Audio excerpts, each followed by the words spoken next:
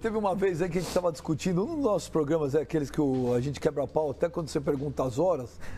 E aí, não sei, estava discutindo sobre esses novos diretores de futebol, essa nova geração que vem aí. Pô, quem é boleiro, quem não é boleiro? Aí eu, na época, ainda falei, pô, Rodrigo Caetano, tá vendo? Ó, tá vendo um case de um cara que se deu bem no futebol e nunca jogou? Foi o Rodrigo Caetano. Aí eu não lembrava, assim. Então, e tem muita gente. Uma molecada que pô, conhece o Rodrigo Caetano só do Flamengo pra cá. Até porque o Flamengo dá uma exposição totalmente diferente do resto. Você jogou, você foi o quê? Você era atacante? Quando você começou? Então, Benja, eu comecei a minha vida, né, no futebol muito cedo, porque sou de uma cidade do interior, lá do Rio Grande do Sul, né, Santo Antônio da Patrulha, que fica próximo a Porto Alegre. Quem nasce em Santo Antônio da Patrulha? Patrulhense. Patrulhense? Patrulhense. Com muita honra. E desde sempre, né, eu tive dentro de casa um incentivo pelo futebol. E aos 10 anos de idade, eu ingressei nas escolinhas do Grêmio. E daí estou até hoje no futebol, porque me profissionalizei no Grêmio, fiquei até os meus 22 anos, depois... Você era o que, atacante, Rodrigo? Era meia. Meia? Meia, canhoto.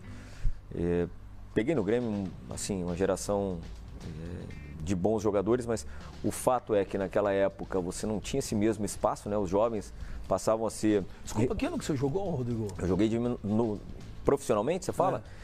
Eu joguei de 1990 a 2003, como profissional 13 anos, fora os 10 anos de base. E eu ingressei em 1980, eu sou de 70. E aí depois saí do Grêmio e fui pro Mojimirim, né? Na época o Mojimirim foi o Carrossel Caipira. Com o Rivaldo, com o Valber, você estava naquele time? Tava. Rivaldo, Valber, Leto. Exatamente. Até que o Corinthians comprou os três e o lateral esquerdo. Admilson. Admilson. Na verdade, o Corinthians pegou eles emprestados, se eu não me engano, e depois quem comprou foi o Palmeiras. Não, o Valber veio em definitivo. Mas depois que acabou indo, o Rivaldo voltou ao Mogi, então eu fiquei 2 anos, o treinador lá era o Vadão. Aí depois, a partir dali, eu rodei em vários clubes do Rio Grande do Sul, joguei no Sport, Náutico, Juventude, todos eles.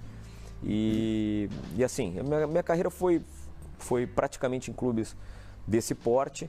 E desde sempre, né, Benja, na época ainda não tinha essa questão da Lei Pelé, então os clubes eram bastante amadores, né, na questão da tomada de decisão. E foi aí que eu procurei identificar aí uma possibilidade de uma nova carreira, né, nessa área. Você parou com quantos anos? Com 33 anos. Parou cedo? Parei. Parou por contusão? Porque você falou chega? Então, eu tive aos 27 anos talvez uma grande oportunidade da minha vida, que era uma transferência realmente para a Europa, e acabei fraturando a perna num jogo lá no Rio Grande do Sul, no Beira-Rio, e acabou que isso meio que impediu realmente uma possibilidade de clubes de maior expressão, até uma transferência para fora. E aí conduzi a minha carreira até os 33 e foi realmente o Paulo, né, juntamente com o sócio dele, o Valdir, que me insistiram muito, me conheciam, para ajudá-los, né, nesse projeto que foi o RS Futebol, um clube empresa, que teve relativo, eu até acredito, um sucesso bastante grande para um clube formador na época. Revelou grandes jogadores como Thiago Silva, que saiu lá do RS, Naldo, zagueiro, o próprio Ederson, que está conosco no Flamengo, ou seja... E dali eu voltei para o Grêmio já na condição de dirigente. Você nunca quis ser treinador? Nunca passou pela tua cabeça? Nunca passou, Benji, nunca, porque desde sempre eu tinha muita vontade, assim, dessa relação mais próxima com os atletas e também essa questão de ser... digamos, o elo de ligação com uma diretoria estatutária. Eu, por exemplo, eu acho que o cara que jogou bola, pô, ele viveu coisas que, por exemplo, eu não joguei, eu não sei, cara. Que é o dia a dia, que é o relacionamento, que é a boleirada, que é como falar, com quem falar, na hora de falar, né? Mas eu acho que é o seguinte também, não basta o cara ter sido apenas um ex-jogador. Ele precisa, eu acho que ele tem que se preparar para o cargo que for. Perfeito. Nós estamos falando, então, no caso de diretor de futebol, e que você virou um cara aí super consagrado.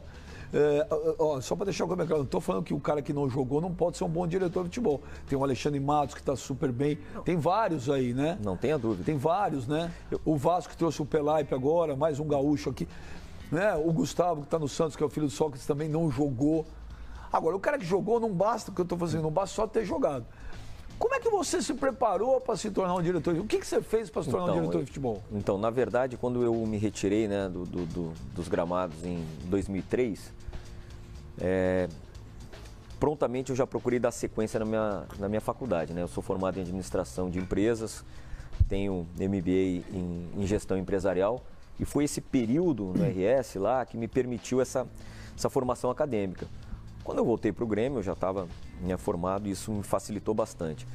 Mas, sem dúvida nenhuma, que o fato de ter jogado, e até te digo mais, muitas das vezes o fato de você não ter sido um atleta consagrado, isso muitas das vezes ele traz muito mais aprendizado, né? Porque você participou de situações de enorme dificuldade em clubes, né, que muitas vezes não tinham a melhor estrutura. Então, muitas das vezes você tem exemplos a passar para esses jogadores de clubes de ponta, que muitas das vezes eles não viveram ainda. Ou seja, para um jovem, para um garoto que subiu para o profissional, saber que o que espera ele, em caso de ter que dar 2, 3 passos atrás, quando for emprestado, ele vai ter que passar por um período de aprendizado. Então, são certas coisas que você já viveu, que você pode colaborar na vida de cada um deles. E principalmente, né, Benja, o fato é um lema que eu tenho comigo. Eu sempre procuro me relacionar com os jogadores e com as pessoas da mesma forma que eu gostaria que tivessem sido comigo. Então, parto da verdade, porque atleta de futebol é muito disso. Eu comparo sempre com os nossos filhos, né? Você tem que ser duro na hora que tem que ser duro. Se você falar a verdade, honrar a tua palavra, o respeito ele vai existir. Né? Isso eu já ouvi falar. Não tem jeito. Tem um caso legal, ano passado entrevistei o Renato Augusto aqui, quando ele falou que em 2015, Corinthians campeão, que a maior parte do ano ele jogou com os direitos de imagem atrasado. Aí eu falei, mas e aí? Ele falou, acontece o seguinte, o presidente do Corinthians chegou pra mim e falou, dia tal, do mês tal, eu pago. Os caras confiaram, dia tal, do mês tal, pagou. Então precisa ter a palavra. Exato. Não, e o atleta é isso, para que você crie esse respeito, né? Construa essa credibilidade, você tem que realmente ser firme, né, nas suas decisões, nas suas convicções e ele necessita do diretor, saber que ele tem uma pessoa dentro que ele pode confiar. O que você teve na tua carreira como jogador que, coisas que te magoaram, te chatearam, sacanagens, enfim, que você fala, isso aqui eu não admiro, você vê cenas parecidas e fala, não posso fazer igual, não pode acontecer igual o que aconteceu comigo. Teve alguma coisa? Então, assim, muito é essa relação de franqueza, né? Porque é aquela história, a gente costuma dizer que no futebol, onde o problema está lá, a maioria desvia, né? Então, não é o meu caso. Eu mesmo, para dizer até dar um recado que o atleta, ou sei lá, muitas vezes até um técnico, né? Que eu tenho passado por momentos também de não ter que dar a melhor notícia, você tem que falar para ele. E isso, no tempo de jogador, a gente via que realmente as pessoas que tomavam a decisão, muitas vezes de eu sair de um determinado clube, de uma venda, em que você não quer que ela aconteça, a pessoa que tomou a decisão não foi aquela que não veio te comunicar. Então isso dói bastante, porque nesse meio você não pode desviar, você tem que ser reto e falar independentemente do que é a notícia. Ô, Rodrigo, você trabalhou no Grêmio, você trabalhou teve o RS, você trabalhou no Grêmio, você trabalhou no Vasco, trabalhou no Fluminense e agora está no Flamengo, né? Qual que foi a maior porrada aí? Porque, você foi pegar um Vasco num momento difícil, né? Foi, eu cheguei o Vasco pós-queda, né? Foi em final de 2008, início de 2009. Foi uma tomada de decisão importante na minha vida, Benja, porque eu tinha 4 anos de Grêmio, onde era a minha casa. Eu tinha, como atleta, 12 anos, mais 4 como dirigente, ou seja... Estava enraizado lá. Eu tinha 38 anos quando eu tomei essa decisão, sendo que 16, quase que a metade da minha vida dentro do Grêmio. E tomei a decisão, né, junto com a família, tive o convite aqui do Vasco. Disse, não, é a hora de eu sair daqui, vou tentar realmente um novo mercado.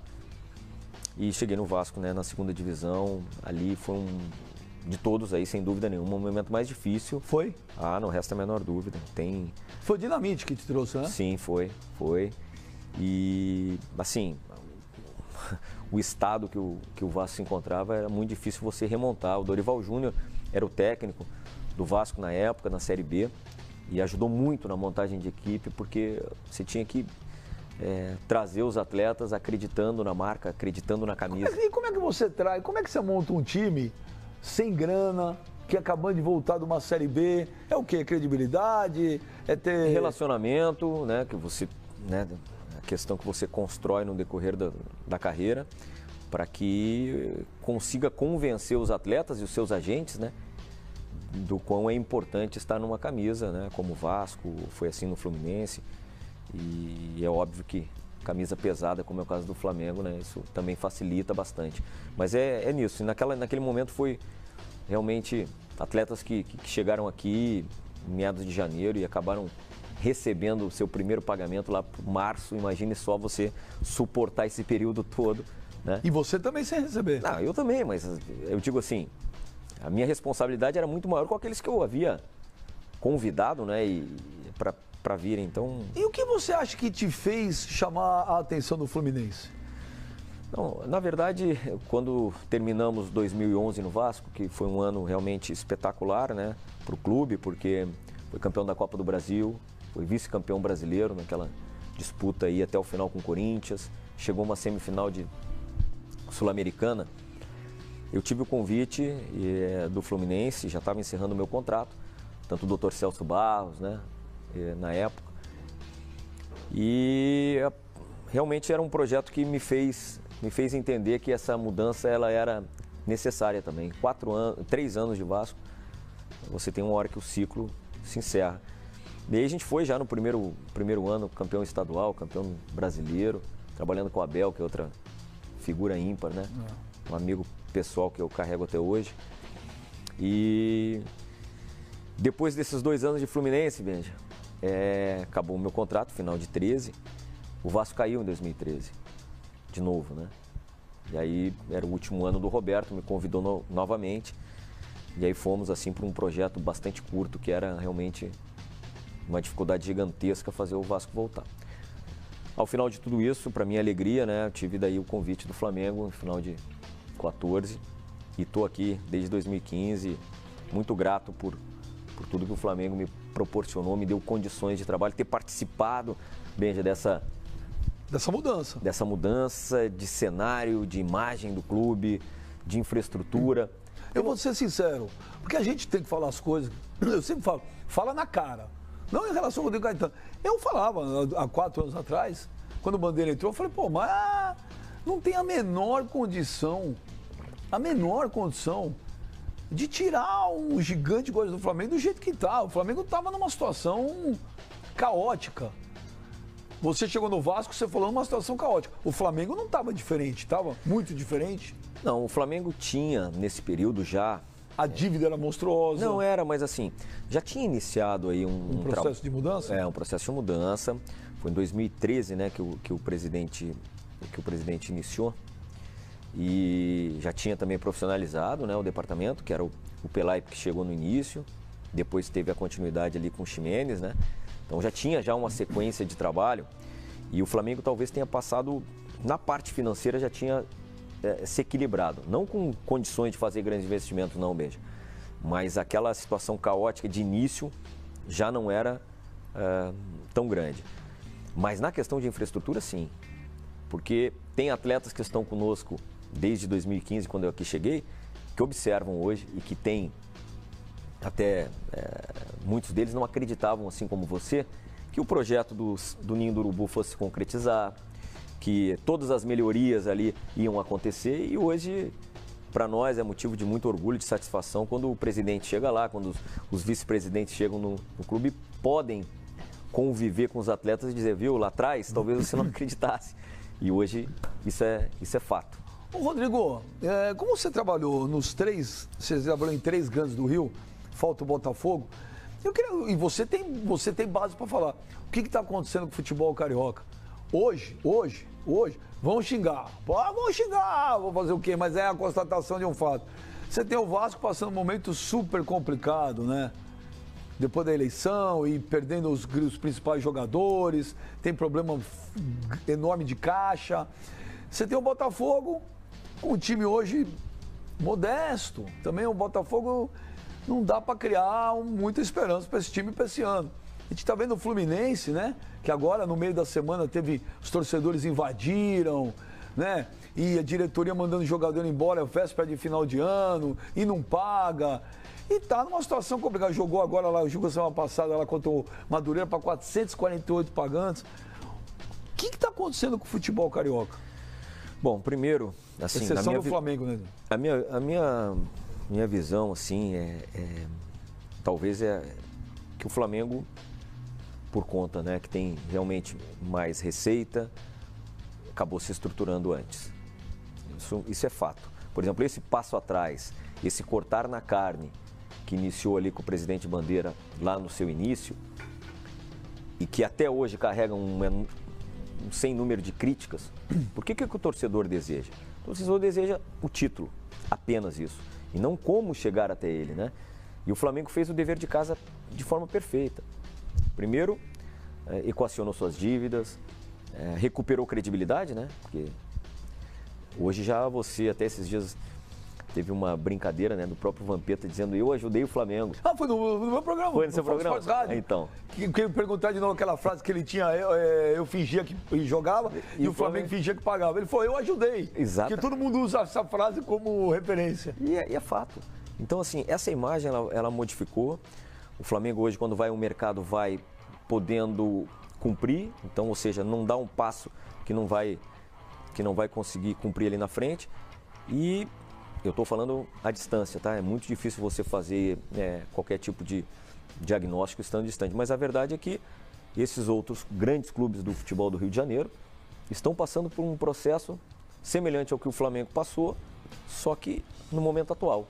O Flamengo se reorganizou, se redesenhou muito antes deles e hoje está, pelo menos, equilibrado, estruturado e com o desejo do torcedor como o nosso, né, que ganhe títulos também. Ô, Rodrigo, você falou de credibilidade, né? Uma vez, acho que eu não me lembro quando foi, não sei se foi no passado, ano retrasado, eu entrevistei o Alexandre Matos, também, que eu acho outro avião aí. Um grande amigo também. Que é um aviãozão aí também, baita no diretor de futebol. E aí, ele estava contando, já tinha passado, porque vocês não falam nada. A gente tenta tirar informação, não fala. Depois que passa, aconteceu e tal, aí alguns costumam falar. E o Alexandre, aquele dia, foi muito legal de contar em detalhes como ele contratou o Dudu, né? Mas em relação, não são os detalhes. Ele falou assim, aquela contratação mudou o patamar do Palmeiras. Porque o Dudu, o Palmeiras estava no limbo, lembra? Tinha quase caído, o Paulo Nobre estava entrando, colocando dinheiro, o Palmeiras estava quebradinho de grana. E o Corinthians estava bem, voando, e parece que estava quase certo. Aí refugou o São Paulo, que também estava com grana, foi lá. E de repente o Alexandre deu um nó e buscou o cara. E falou, pô, quando todo mundo viu o Dudu no Palmeiras, falou, caraca, pô, o Palmeiras, ele fala que aquilo mudou. O Guerreiro foi a contratação que mudou de patamar ali o Flamengo naquele momento?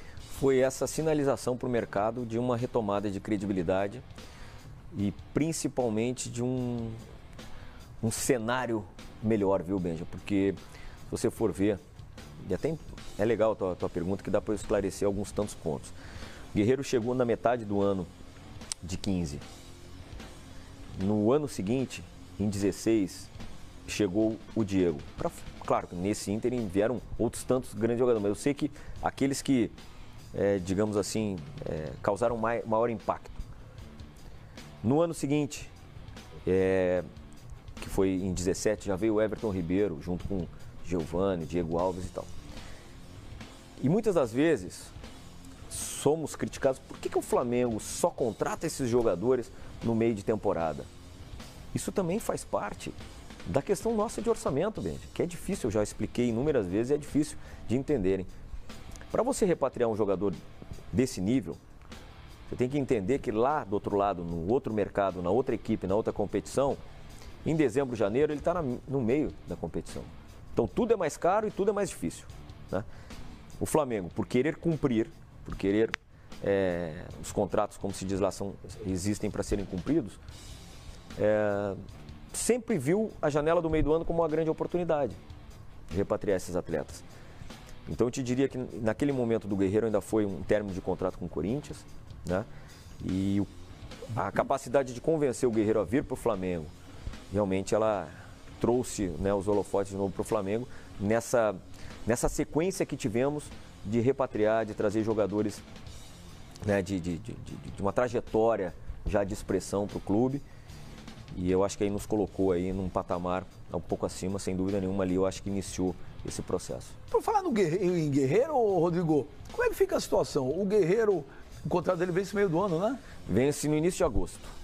A suspensão dele termina... Então, a gente está numa expectativa bastante grande, Benja, de que agora que vai ser julgado o recurso dele no CAIS e que desculpa, uma curiosidade, o Flamengo, o contrato é interrompido? está interrompido momentaneamente. Não paga, não tem salário, ele não recebe nada? Por enquanto não, mas nós temos um desejo, já foi colocado para ele, de uma renovação até o final do ano do contrato dele, que vai até agosto.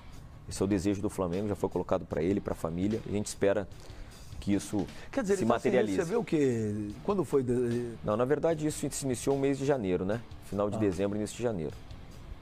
Foi isso, porque quando foi, depois do recurso, a pena dele foi já definitiva. O que vai ser julgado no CAIS agora é a suspensão dessa pena imposta lá pela FIFA, ou até mesmo que o prazo dele seja reduzido, que hoje é de 6 meses. Um exemplo, um cenário aí de 3 meses de punição, ele já vai estar apto para jogar. E aí o Flamengo vai fazer, a ideia do Flamengo, e ele já sabe, é de uma renovação. E ele aceitou? E ou aí, ele vai responder ainda? Não, nós estamos em conversas ainda para que ele aceite essa renovação e, consequentemente, em algum momento o Flamengo consiga minimizar esse prejuízo que ele tem tido nesses praticamente 1 mês e quase 2 meses. Ô, Rodrigo, você fazendo uma avaliação, não dá para acertar sempre. A gente acerta e erra, normal. Claro. Como também o Alexandre Matos acerta e erra. A obrigação é acertar mais. É lógico, mas não dá, até porque não é uma ciência exata. Fazendo uma avaliação, por exemplo, do ano passado, né, que eu também fui um daqueles que criou uma expectativa, que falou, pô, o Flamengo vai ganhar tudo e tal. O que você acha que... Aonde você acha que houve o erro? Você acha que às vezes pode ser assim, contratamos mais para uma posição, não contratamos... Porque todo mundo fala, precisa zagueiro, precisa goleiro, tal, babá. Enfim, mas o que você acha que faltou no passado? Então, depende do período, né? Por exemplo, nós tivemos, lamentavelmente, durante o ano de 2017, se você for avaliar onde que o Flamengo fracassou. O Flamengo fracassou na Libertadores. Porque... você ficar na primeira fase, por mais que a nossa chave fosse realmente... Não era time para isso, né? Não é, nós tínhamos totais condições de passar, a gente não passou porque não somou ponto fora de casa e isso... Você não pode pensar em algo grande quando você não consegue pontuar fora. Mas já era, como eu te falei, que a gente já vinha negociando com alguns atletas. O Rodolfo, nós iniciamos a conversa em fevereiro, por exemplo. O Everton Ribeiro, a mesma coisa. Só que a questão financeira pesou e nós só tivemos condições de trazê-los em maio. Se estivéssemos na Libertadores ainda, esses jogadores poderiam ter sido os nossos reforços. Mas eu acho que a gente, no decorrer do ano, equilibrou bem o elenco. Qualquer atleta que vem no meio do ano, é lógico que ele vem num momento em que entraria de férias e aqui já tem que dar sequência, é difícil. Mas, como eu te disse, é uma questão de viabilidade financeira e de orçamento. Eu acho que pesou muito. Eu acho que, principalmente no brasileiro, nós não chegarmos além do 6º lugar, apesar de termos garantido a vaga direta. O fato, Benji, de termos concentrado, digamos, todas as competições importantes o Flamengo estava participando, exceto na Libertadores, o Flamengo estava participando no 2º semestre. Talvez naquele momento tenha faltado um melhor da nossa parte, nossa comissão técnica, talvez priorizarmos uma delas. Porque nós fomos à final da Copa do Brasil, fomos à final da Sul-Americana e lutamos até o final ali entre os primeiros, né, do Campeonato Brasileiro. Se você for observar em 2016, quando disputamos o título com o Palmeiras, com o Santos, o Flamengo em agosto já não tinha outra competição senão o brasileiro. E isso pesa. E nós, acreditando assim naquela questão do elenco, de você pôr todos para jogar, eu acho que a gente, em algumas partidas, a gente deveria ter mantido um foco numa única competição, com maior probabilidade de vencer. Mas difícil, né? No Flamengo você dizer que não, essa determinada competição aqui eu não vou priorizar. E a gente procurou chegar em todas, infelizmente em 2 fomos vice-campeões e serviu de aprendizado. Nós vamos lutar em todas nesse ano também, mas talvez lá no 2º semestre, quando chega o funil, a gente vai ter que repensar isso. Você é sincero, O Rueda te decepcionou? Você ficou frustrado com o Rueda? E eu vou falar agora pra você, eu falei até no ar, naquela semana que estava contrato, eu falei, olha, eu não traria um treinador estrangeiro naquela altura. Eu falei, eu não traria. No meio do ano, um Flamengo. Um dia eu encontrei ele na praia, aqui. Por sinal, um cara extremamente... Super solícito. Super, o cara educado, pô. E tava ele e a mulher andando na praia, até falei, conversei um pouco com ele, falei, Rueda, ela depois do jogo do Flamengo da Sul-Americana, uma loucura toda lá, Maracanã lotar, aquelas coisas de Flamengo, né?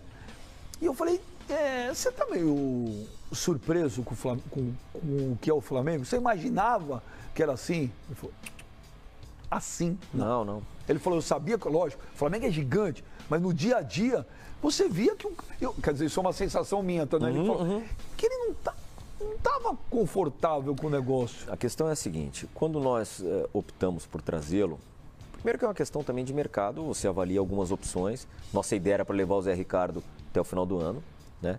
E que aí ficou muito, como se diz, rotulado em relação à eliminação da Libertadores. Isso é uma coisa que atrapalhou demais o nosso ano.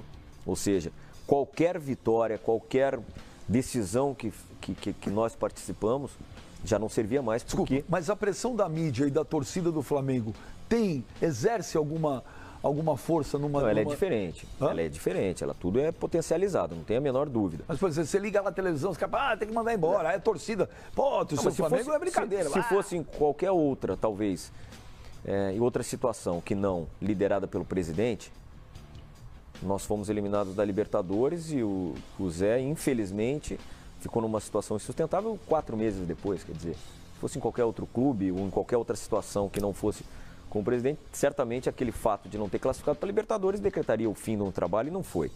Mas quando teve a situação dele definida, nós pensávamos o que naquele momento? Nós vamos jogar o Campeonato Brasileiro, as demais competições, e vamos tentar trazer um técnico que conheça essa questão de uma Copa Libertadores, tinha sido o atual campeão, que conhecesse os caminhos, porque é diferente, competição totalmente distinta. E tanto é que ele conduziu muito bem a equipe, principalmente na Sul-Americana, né? Jogos dificílimos e a gente acabou chegando. Então ele tem muito mérito nisso, mas voltando à tua pergunta do início, em que ele poderia ter nos decepcionado? Na questão ali de trabalho em absoluto, na questão da relação da mesma forma. O desfecho, talvez, né? Essa saída dele era algo que realmente... Você esperava? Não esperava, porque nós fizemos... Quando começou o burburinho, você tinha algum plano B na cabeça ou não? Então, nós, no dia seguinte que acabou a Sul-Americana, no dia seguinte nós estávamos reunidos, montando o planejamento, o que era carência, como é que vamos, como é que não vamos, próximo ano, tudo. Inclusive depois, na semana seguinte, eu acabei indo lá para o sorteio da Libertadores e nós sempre falamos, nesse período de férias, sobre a continuidade. E óbvio que eu, como o diretor de futebol, perguntava a ele em que pé andavam essas notícias. Ele sempre falou, existe o interesse daqui, mas eu não tenho nada, vou continuar no Flamengo. E o período foi passando e as coisas vinham aumentando. E aí chegou uma hora que teve um momento limite do Flamengo e que muitas vezes fomos criticados por isso. Só que tínhamos uma multa, Benja, para os dois lados. Então aquela história, se o Flamengo hoje fosse o irresponsável de outrora, vamos nós tomar a decisão lá em meados de não precisa se apresentar, o contrato é rescindido.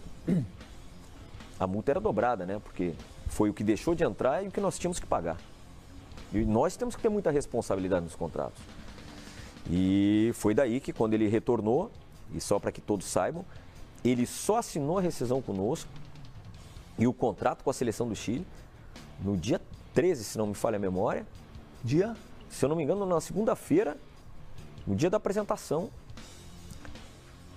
Exatamente, eu acho que foi... Foram dias antes do dia 13, na semana aquela que antecedia a apresentação de todo o elenco, quando ele realmente confirmou a proposta da Chile. Agora, eu não vou ficar avaliando, ele negociava, ele não negociava por trás, ele fez isso, aquilo, eu não quero entrar nesse mérito. Porém, todas as vezes que ele foi cobrado, e foi cobrado por mim, principalmente, que fique claro, uma posição, até uma posição pública, da continuidade ou não, ele sempre disse, existe o interesse das outras seleções, mas eu continuo pensando no Flamengo. Se tiver alguma coisa concreta, vocês vão saber. E nós aqui, no limite, para avançar isso, né, Benja? Porque se nós tomamos a iniciativa, quanto que ia ser de prejuízo financeiro para o Flamengo? Então, aí ele pegou e falou, ó, tô indo embora. Não, aí, quando tava você e o Bandeira um dia, só vocês dois lá falando, caraca, hein, o presidente, o cara pisou na bola com a gente.